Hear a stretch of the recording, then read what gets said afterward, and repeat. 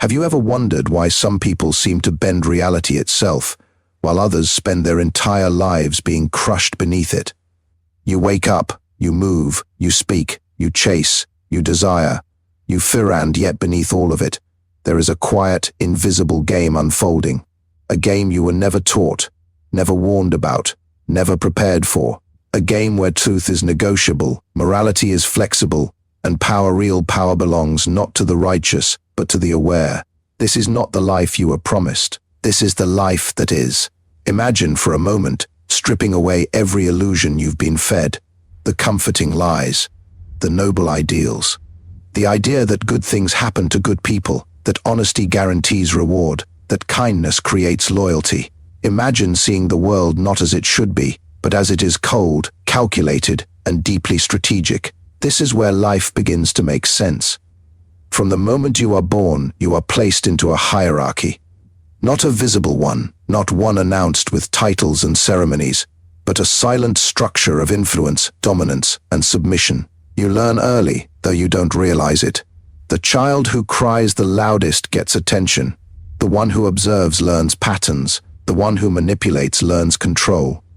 And already, without knowing it, the game has begun. Life, at its core, is not about happiness. That is the first illusion. Happiness is a distraction, a temporary chemical reward designed to keep you moving, to keep you chasing. What life is truly about, what governs every decision, every relationship, every outcome, is power. Power over your environment. Power over others. Power over perception. Power over yourself. But here is where most people fail. They misunderstand power. They believe it is loud, aggressive, obvious. They think it is domination through force, authority through title, respect through demand. But real power is quieter than that. It is the ability to influence without being seen, to guide without appearing to lead, to control outcomes while others believe they chose them. This is the first lesson. Look around you. Observe carefully. The world is not run by the strongest. It is not run by the smartest. It is run by those who understand human nature and, more importantly, those who are willing to use that understanding without hesitation. Because human beings, despite all their complexity, are predictable. They crave validation. They fear rejection. They seek pleasure. They avoid pain. They follow confidence. They obey certainty. They distrust weakness. They reward illusion. Once you see this clearly, everything changes. Conversations are no longer random. They are calculated exchanges of influence. Relationships are no longer emotional bonds. They are negotiations of value and control. Success is no longer luck. It is strategy. And failure is almost always the result of naivety. You were taught to be honest, but honesty without awareness makes you transparent, and transparency makes you vulnerable. The world does not reward vulnerability unless it can profit from it. You were taught to be kind, but kindness without boundaries invites exploitation. The world respects kindness only when it is backed by the capacity for cruelty. You were taught to trust, but trust without verification is surrender. Do you see the pattern? Every virtue you were given is incomplete. Every rule you were taught is conditional. Every belief you hold is a tool either for your survival or for your control. This is why most people never rise. They play the game by rules that were designed to keep them in place. But you are here to understand something deeper. You are here to see the mechanics behind the illusion. Because once you do, life stops being something that happens to you and becomes something you shape. Consider this. People do not react to reality. They react to perception. If you appear confident, you are treated as capable. If you appear powerful, you are given influence. If you appear indifferent, you become desirable. This is not fairness. This is psychology. And psychology is the battlefield where life is truly fought. You can be intelligent, but if you appear uncertain, you will be overlooked. You can be talented, but if you lack presence, you will be ignored. You can be moral, but if you are weak, you will be used. Because the world does not reward what you are, it rewards what you project. This is why mastering perception is more important than mastering reality. Think about the leaders you've seen, the figures who command attention, the individuals who seem untouchable. Do you believe they are inherently superior? Or have they simply mastered the art of appearing so? Confidence is often a performance. Authority is often an illusion. Even morality can be a strategy. And once you understand this, you begin to see something unsettling.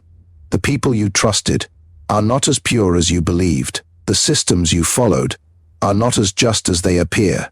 And the life you are living may not be entirely your own, because influence is everywhere. It is in the way you speak, the way you dress, the way you think, the way you choose. And most of it was chosen for you. This is the second illusion, that you are free. Freedom, in its purest form, is the ability to think independently, to act strategically, to resist manipulation. But how many people truly possess this? Most are guided by fear. Fear of judgment, fear of failure, fear of rejection. And fear is the easiest emotion to control. If you can make someone afraid, you can predict their behavior. You can remove their fear. You can remove their fear.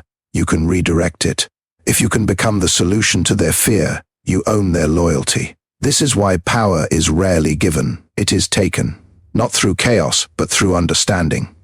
Not through force, but through precision. Not through emotion, but through control. And control begins with awareness. Awareness of yourself, your impulses, your weaknesses, your desires.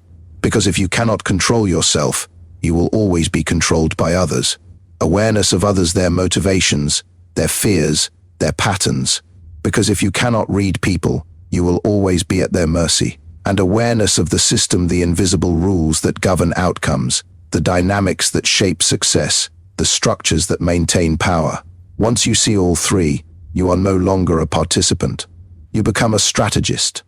And strategy is what separates those who drift from those who dominate. But here is where the path becomes darker, because to truly understand life, you must confront a truth most people avoid. Human beings are not inherently good. They are self-interested. Even their kindness often serves a purpose. Even their loyalty has limits. Even their love can be conditional. This does not mean humanity is evil. It means humanity is strategic. Every action, whether conscious or not, is driven by a calculation of gain and loss. Sometimes emotional, sometimes rational, but always present. And once you accept this, you stop expecting fairness. You stop being surprised by betrayal. You stop being naive. Instead, you begin to anticipate, to prepare, to position yourself in ways that minimize risk and maximize control. Because in a world where everyone is playing for advantage, the only way to survive is to play better. This does not mean abandoning morality. It means understanding its place. Morality, in many cases, is a social contract, a way to maintain order, to create predictability, to reduce chaos. But it is not absolute. It bends under pressure. It shifts with context. It is often used as a tool by those in power to maintain their position. And those who understand this can choose when to follow it and when to transcend it. This is the difference between living blindly and living strategically. You begin to see life not as a series of random events, but as a network of cause and effect. Every decision creates ripples. Every interaction carries weight. Every moment is an opportunity either to gain ground or to lose it. Even silence is a strategy. Even absence is a message. Even inaction is a choice. There are no neutral moves. Everything you do shapes your position. And over time, those small decisions accumulate. They define your trajectory. They determine your influence. They decide whether you become someone who is controlled or someone who controls. But there is one final realization that changes everything. Power is not just external, it is internal. The ability to remain calm when others panic, to think clearly when others react emotionally, to act decisively when others hesitate. This is the highest form of control, because the greatest weakness in human beings is not their lack of intelligence. It is their lack of discipline. They are ruled by impulses, by emotions, by immediate gratification. And those who can rise above this gain an advantage that is almost invisible, but incredibly powerful. They become unpredictable. They become calculated. They become dangerous. Not because they seek destruction, but because they are no longer bound by the limitations that control everyone else. This is what it means to understand life, not as a story of fairness or happiness or destiny, but as a system of strategy, influence and control, a system where awareness is your weapon, where perception is your currency, where discipline is your shield, and where power is the ultimate goal. Because in the end, life does not reward those who mean well. It rewards those who understand the game and play it without hesitation. The moment you begin to see life as a game of power, something inside you shifts, almost imperceptibly at first, like a quiet crack forming beneath the surface of everything you once believed to be solid.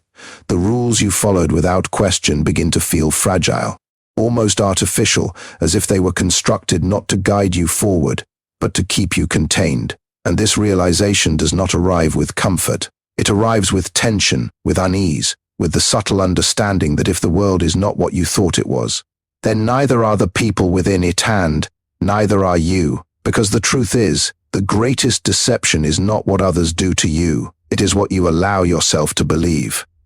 You have been conditioned to think that life unfolds in a straight line, that effort leads to reward, that patience leads to success, that sincerity leads to trust. But observe closely, and you will begin to notice something far more complex. The people who rise are not always the most deserving. The ones who hold power are not always the most virtuous. And the outcomes you see are rarely the result of a single action. They are the culmination of hidden moves, silent calculations, and strategic positioning. Life is not linear. It is layered. And those layers are where the real game is played. Every interaction you have contains two conversations. The one that is spoken and the one that is implied. The words you hear are only a fraction of what is being communicated. Tone, timing, hesitation, confidence, silence, these are the real signals. These are the elements that reveal intention, and those who learn to read them gain access to a deeper level of understanding, one that most people never reach. Because most people listen to respond. The few who understand power listen to decode. When someone agrees with you too quickly, it may not be alignment, it may be strategy. When someone praises you excessively, it may not be admiration, it may be positioning. When someone challenges you openly, it may not be opposition, it may be a test. Nothing is ever just what it appears to be. And this is where the art of manipulation begins, not in controlling others directly, but in shaping the environment in which they make their decisions. Think about it. You rarely force someone to act. You influence the conditions so that their desired action aligns with your intended outcome. You guide perception, you adjust context, you introduce subtle pressures, and suddenly, what they choose feels like their own decision, when in reality, it was carefully engineered. This is the difference between control and influence. Control is obvious. It invites resistance. It creates friction. Influence is invisible. It feels natural. It bypasses resistance entirely. And in a world where resistance is the greatest obstacle, influence becomes the most valuable skill you can possess. But influence requires something that most people lack: patience. Because to influence effectively, you must be willing to delay gratification. You must be willing to observe before acting, to understand before speaking, to position before moving. You cannot rush it. You cannot force it. You must let it unfold. This is where discipline becomes your greatest weapon. Not physical discipline, not the kind that is visible or celebrated, but mental discipline, the ability to control your reactions, to suppress your impulses, to remain composed when everything inside you demands immediate action. Because every time you react emotionally, you reveal information, you expose your triggers, your insecurities, your desires. And once that information is visible, it can be used against you. This is why those who master themselves become so difficult to manipulate. They do not react predictably. They do not reveal their intentions. They do not give others the emotional leverage needed to control them. They become unreadable. And in a world where most people are transparent, unreadability is power. But this level of control does not come easily. It requires you to confront parts of yourself that you would rather ignore. Your need for validation, your fear of rejection, your desire to be liked. These are not weaknesses in themselves, but when they are unexamined, they become vulnerabilities. Because the moment someone understands what you need, they understand how to control you. If you crave approval, they will give it until they no longer need you. If you fear conflict, they will use pressure until you submit. If you seek recognition, they will offer it selectively until you become dependent. This is how influence works when it is used against you. And this is why awareness is not optional. It is survival. But there is another layer to this, one that is even more subtle, even more dangerous. Self-deception. Because even if you learn to read others, even if you develop discipline, you will still struggle with your own learning. Even if you understand the mechanics of power, none of it matters if you cannot see yourself clearly. And seeing yourself clearly is one of the hardest things you will ever do, because your mind is designed to protect you. It justifies your decisions. It rationalizes your failures. It creates narratives that preserve your sense of identity, even when that identity is limiting you. You tell yourself you are patient when in reality you are afraid to act. You tell yourself you are kind when in reality you are avoiding confrontation. You tell yourself you are loyal when in reality you are afraid to let go. These are not truths. They are stories. And until you break them, you will remain trapped within them. This is why true power begins with brutal honesty. Not the kind you show the world, but the kind you show yourself. You must be willing to question everything, your motives, your beliefs, your patterns. You must be willing to strip away every illusion you've built around your identity and confront what remains. Because only then can you begin to rebuild intentionally, strategically, powerfully. And once you do, something changes. You stop reacting to life. You start directing it. Your decisions become sharper. Your movements become deliberate. Your presence becomes noticeable, not because you demand attention, but because you carry a certain weight, a certain control that others can feel, even if they cannot explain it. This is the presence of someone who understands the game, and people respond to it. They trust it. They follow it. They fear it. Not consciously, but instinctively. Because human beings are wired to recognize power, even when they cannot define it. And once you embody it, you no longer need to chase opportunities. They begin to move toward you. But with this comes a responsibility, a choice that defines the kind of person you will become. Because power, once obtained, can be used in many ways. It can be used to build, to create, to elevate. Or it can be used to dominate, to exploit, to control. And the line between these is not always clear. This is where the philosophy becomes darker. Because to navigate power effectively, you must accept that sometimes the most strategic move is not the most moral one. Sometimes truth must be withheld. Sometimes intentions must be concealed.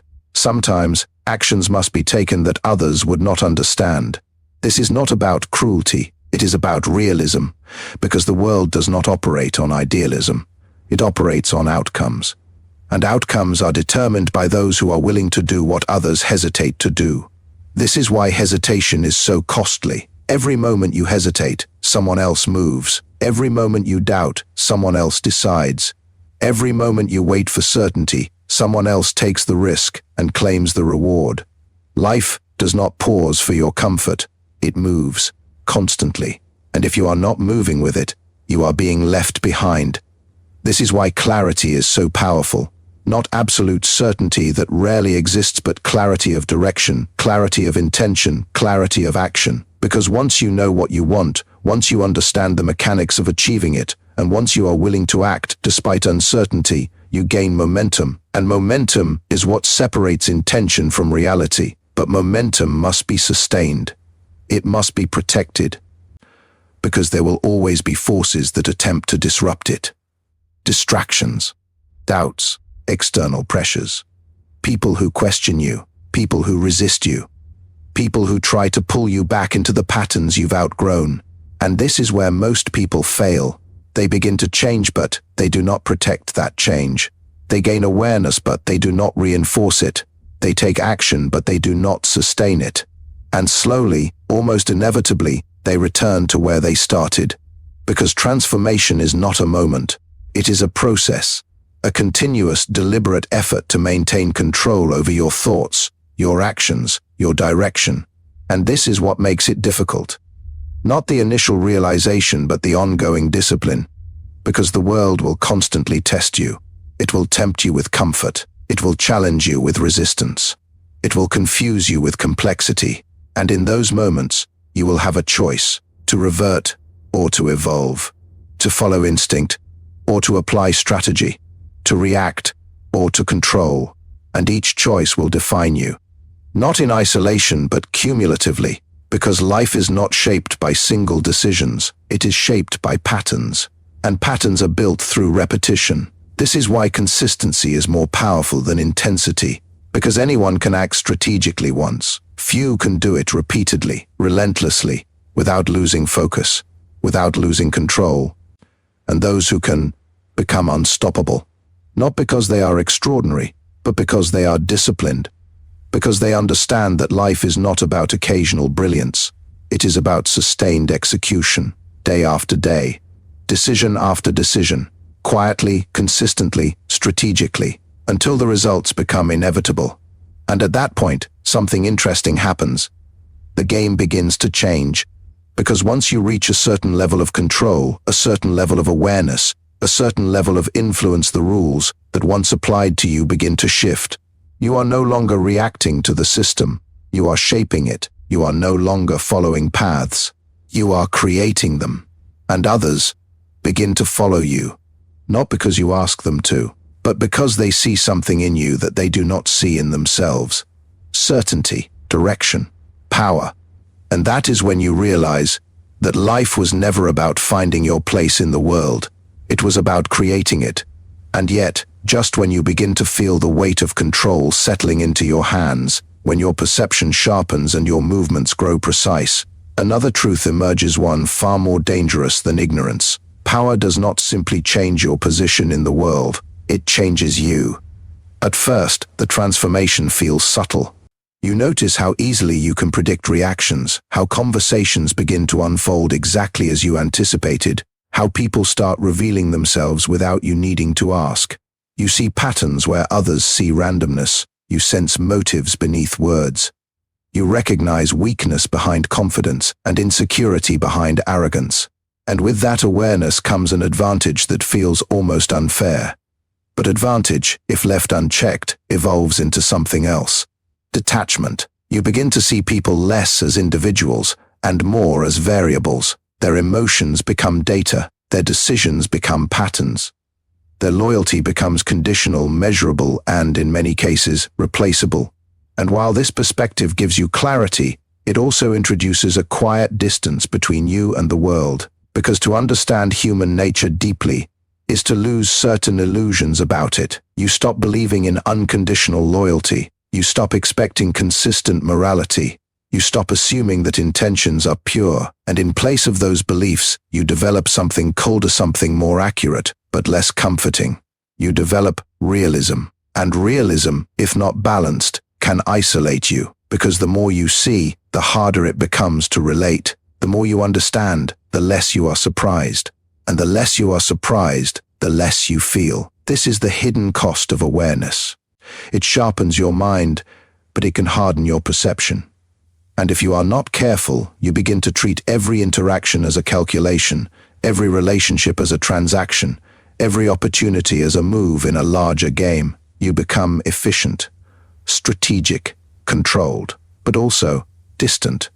This is where many who pursue power lose something essential, not their intelligence, not their influence, but their connection. Because while the world operates on strategy, human beings still operate on emotion.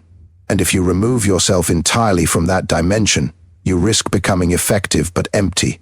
This is why the highest level of mastery is not just control over others, it is balance within yourself. The ability to understand the game without being consumed by it, to see through illusions without losing your humanity, to act strategically without becoming entirely cold, because there is a difference between using emotion as a tool and eliminating it entirely. The first gives you control. The second takes something from you that cannot easily be replaced. And so, the question becomes not just how to gain power, but how to hold it without losing yourself. Because power attracts attention, and attention attracts resistance. The moment you begin to rise, the moment your presence becomes noticeable, the moment your influence starts to shape outcomes, you become a target. Not always openly, not always directly, but inevitably, because power disrupts balance. It shifts dynamics. It creates tension in environments that were once stable, and those who benefited from the previous balance will not accept that shift easily. They will question you, subtly at first, testing your confidence, probing your limits. They will challenge your decisions, not always because they disagree, but because they want to see how you respond. They are not just reacting to what you do, they are measuring who you are, and in those moments, your response determines everything.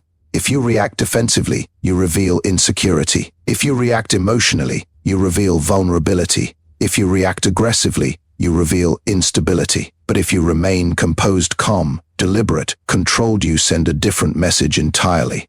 You show that you are not easily shaken, that you are not dependent on approval, that you are not operating from impulse.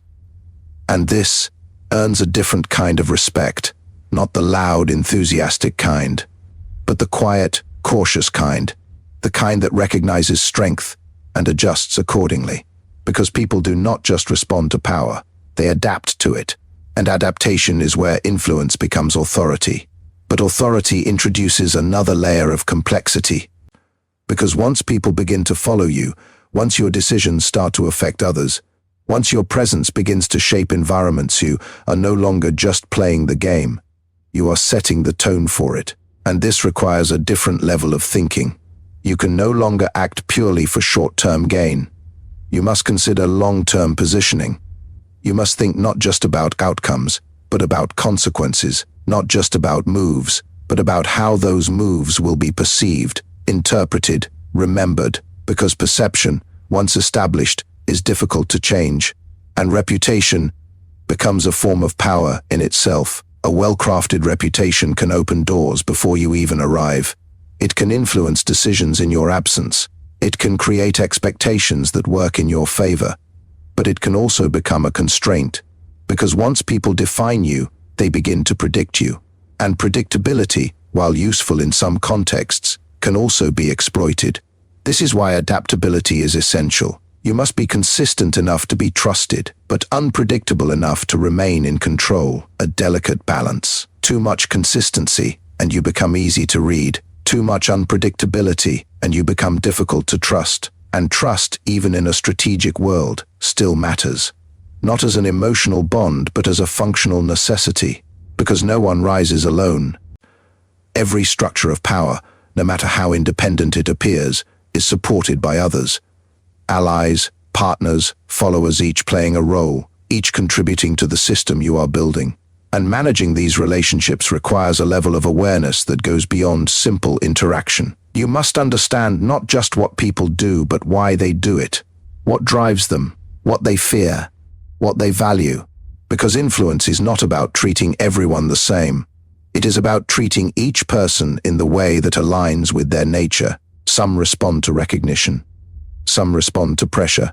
Some respond to opportunity. Some respond to fear.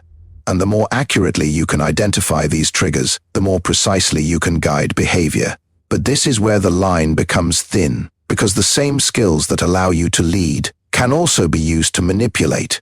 And the difference between the two is not always in the action. It is in the intention. Leadership aligns interests. Manipulation exploits them. And while both can produce results, they create very different outcomes over time. Manipulation, when overused, erodes trust. It creates resistance. It builds quiet opposition that eventually surfaces. Leadership, when applied strategically, creates alignment. It builds systems that sustain themselves. It turns individuals into contributors, not just participants. And in the long term, this distinction matters. Because power that relies solely on control is fragile. Power that integrates influence and alignment is durable. This is the evolution. From control to influence to authority to legacy. And legacy is where the game reaches its highest level. Because at that point, your actions extend beyond immediate outcomes. They shape structures. They create systems. They influence people who may never even meet you. Your decisions begin to echo, and those echoes define how you are remembered. But here is the paradox. The more you focus on legacy, the less you can be driven by ego, because ego seeks recognition. Legacy requires detachment from it. Ego wants immediate validation. Legacy is built through long-term impact. And this creates a tension that must be resolved, because if your actions are driven purely by ego, you will make decisions that feel powerful in the moment but weaken your position over time. You will seek attention instead of influence. You will prioritize visibility over substance. You will chase reactions instead of results. And eventually, it will catch up with you. Because the game rewards those who think beyond the present. Those who are willing to sacrifice short-term satisfaction for long-term control. Those who understand that the most powerful moves are often the least visible. And this brings you to one of the most important realizations of all. Not every battle is worth fighting. Not every opportunity is worth taking. Not every reaction is worth giving. Because every move you make carries a cost. Time, energy, attention, position. And if you spend these resources carelessly, you weaken your ability to act when it truly matters. This is why restraint is not weakness.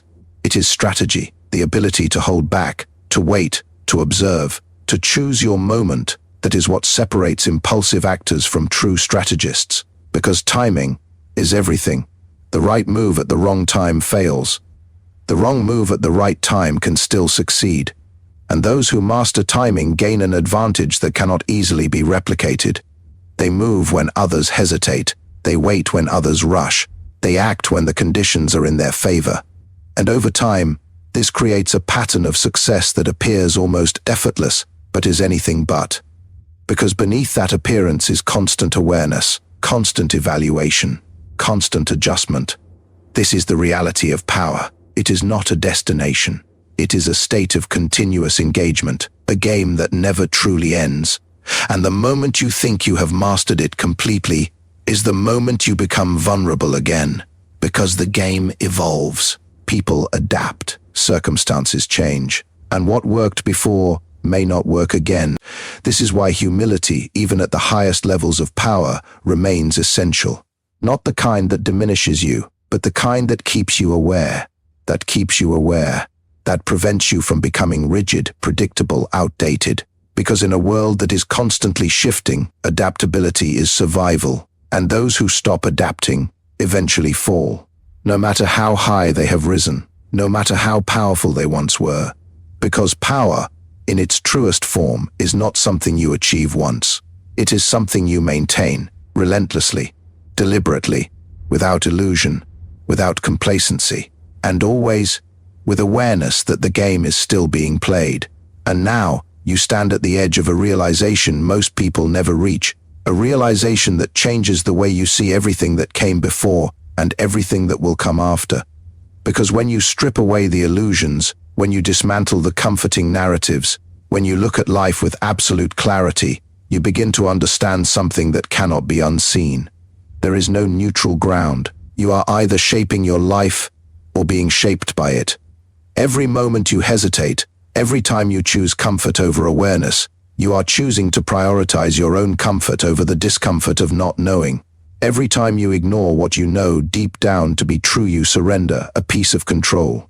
Not all at once, not dramatically, but gradually, quietly, in ways that accumulate until one day you look around and realize that your life is not entirely your own. It belongs to your habits, to your fears, to the expectations of others, and to the invisible structures you never questioned. But the moment you see it, truly see it, something irreversible happens. You can no longer pretend. You can no longer go back to ignorance. Because awareness, once awakened, does not fade. It lingers, it sharpens, it demands action. And this is where the real test begins, not in understanding the game, but in choosing how you will play it. Because now you know the truth about power. You understand influence, perception, control. You see how easily people are guided, how predictably they react, how often they operate without awareness. You recognize the patterns, the strategies, the hidden dynamics that govern outcomes. And with that knowledge, you hold something dangerous: choice. You can use what you know to rise, to build, to create, to position yourself in ways that give you freedom, leverage, and control over your direction. You can design your life deliberately, step by step, move by move, shaping your path instead of drifting through it. Or you can ignore it. You can retreat back into comfort, into familiar patterns, into the illusion that things will work out without strategy, without awareness, without intention. But understand this clearly. Once you have seen the game, choosing not to play it does not remove you from it. It places you at a disadvantage because others are playing. Others are observing, adapting, positioning themselves while you hesitate. Others are learning how to influence, how to control perception, how to move ahead while remaining unseen. And while you wait, while you doubt, while you hope for fairness, positions are taken, opportunities are claimed, and outcomes are decided. This is why indecision is one of the most costly mistakes you can make, not because you will always choose correctly, but because choosing nothing guarantees that someone else will choose for you, and their choice will not prioritize your interests. This is the reality most people avoid. Life does not reward passivity. It rewards those who act, those who decide, those who move with clarity, even in uncertainty, because certainty is a luxury that rarely exists. But direction can be created. And once you have direction, you have momentum. And once you have momentum, you have power. But power must be reinforced. It must be protected from erosion by doubt, by distraction, by complacency. Because the moment you begin to believe that you have arrived, that you have reached a level where effort is no longer required, you begin to lose the very edge that brought you there. The game does not stop. It evolves. And if you stop evolving with it, you fall behind.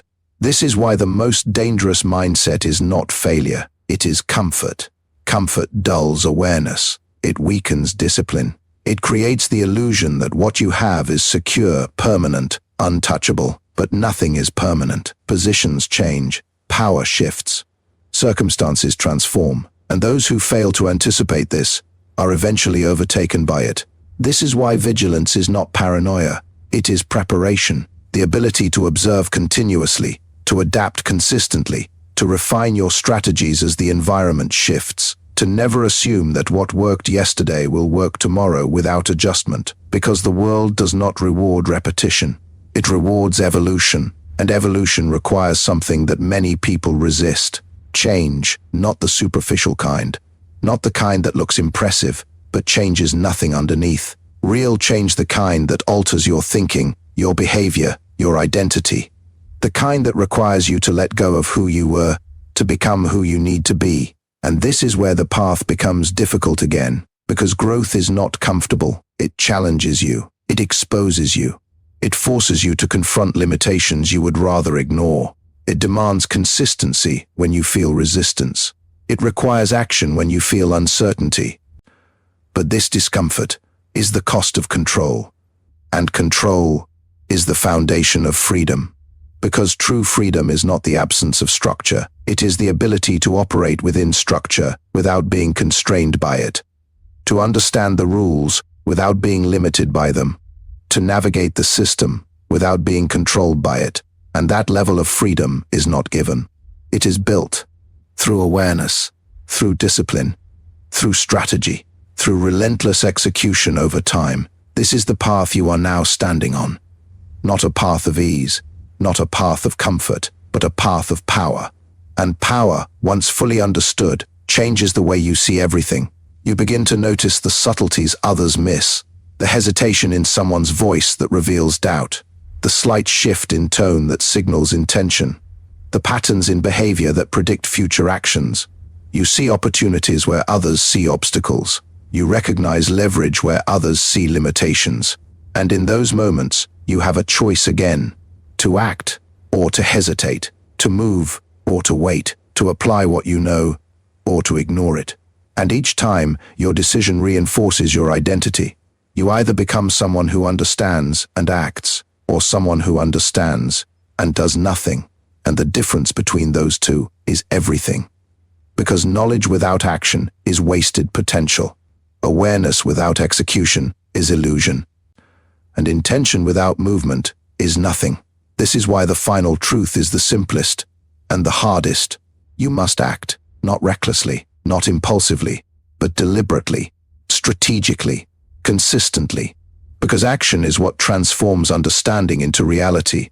It is what turns ideas into outcomes. It is what separates those who think from those who become. And becoming is the ultimate goal, not becoming perfect, not becoming invincible, but becoming capable, capable of navigating complexity, capable of influencing outcomes, capable of maintaining control in environments that would overwhelm others, capable of building a life that reflects your decisions, not your circumstances, because in the end, life is not something that is explained to you. It is something you construct, piece by piece, decision by decision, moment by moment, until one day you look at everything you have built and realize that it did not happen by chance. It happened because you chose to understand, because you chose to see, because you chose to act. And now, standing here, with everything you know, everything you have seen, everything you have realized you face, the only question that has ever truly mattered. What will you do with it? Will you retreat back into the comfort of ignorance, convincing yourself that this knowledge is too heavy, too complex, too demanding to apply? Or will you step forward, fully aware of the weight, fully aware of the responsibility, and begin to shape your life with intention, precision, and control? Because no one is coming to do it for you. No one is going to hand you power.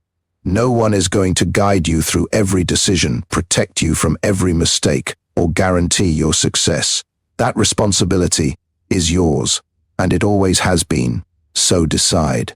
Decide whether you will remain where you are, repeating patterns, reacting to circumstances, allowing life to unfold without direction, or decide that from this moment forward, you will think differently, act differently, move differently, that you will observe before reacting, that you will plan before acting, that you will choose strategy over impulse, that you will build discipline where there was once distraction, that you will replace hesitation with action, because the truth is, nothing changes until you do. Not your environment, not your outcomes, not your position. Everything begins with you, and everything depends on what you choose to do next. So take this understanding, this clarity, this awareness, this ejand, use it. Use it to break patterns that have held you back. Use it to position yourself where opportunity can find you. Use it to build something that cannot easily be taken from you.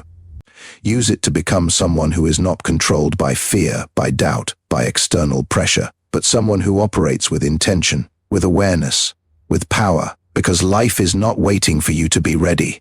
It is moving, right now. And every second you delay is a second you do not get back. So move, think, act, decide, become, or remain exactly where you are and accept everything that comes with it. The game is already in motion. The question is not whether you will play. The question is whether you will finally take control or continue to be controlled.